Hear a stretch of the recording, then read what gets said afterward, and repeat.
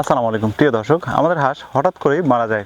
বিশেষ করে হাঁসের বাচ্চা দেখা যায়, হাঁসের বাচ্চাটা আমরা খামারে রেখে দিয়েছি, হঠাৎ করেই সকালে উঠে দেখি খামারে বাচ্চাটা মারা গিয়েছে।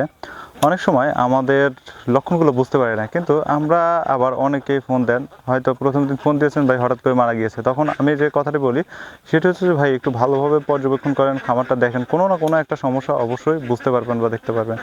তো তখন দেখা যায় একদিন পরে বা 2 দিন পরে আপনারা ফোন দিয়ে জানান যে ভাই আসলে হাঁসের বাচ্চার পায়খানাটা খারাপ হয়েছিল, বা অনেকের হাঁসের এই যে চুনে পায়খানা বা গুঁড়া কৃমির আক্রমণ থাকে, বা এরকম পায়খানার সমস্যাটা হয়ে থাকে, যার ফলে দেখা যায় যে হাঁসটা মারা যায়। আবার অনেক সময় হজমের কারণে কিন্তু এই পায়খানার সমস্যাটা হয়ে থাকে, পাতলা পায়খানা হয়। তো এই যে হাঁসের পায়খানা খারাপ হলে আমরা যে ধরনের মেডিসিনগুলো ব্যবহার করতে পারি সে বিষয়গুলো নিয়ে মূলত আজকের ভিডিওর আলোচনা করবে, এবং পায়খানার জন্য পায়খানা খারাপ হলে সবচেয়ে কার্যকরী 2টা ওষুধের নাম বলবো আমি আজকের ভিডিওর মাধ্যমে।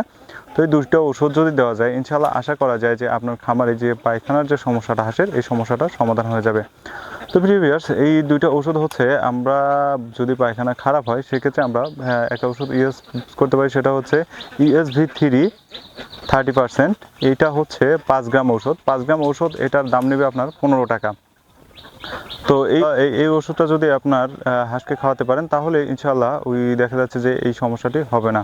অথবা আপনি কসমিক্স প্লাস খাওয়াতে পারেন। কসমিক্স প্লাস কিন্তু অনেক ভালো কাজ করে। এটা দেখা যায় যে অনেক সময় আমাদের হাঁসের পায়খানাটা খারাপ হয়, ঠান্ডার কারণে পায়খানাটা খারাপ হয়, চুনে পায়খানা করে বা রক্ত আমাশা হয়, এই জন্য কিন্তু সবচেয়ে ভালো কাজ করে এই কসমিক্স প্লাসটা।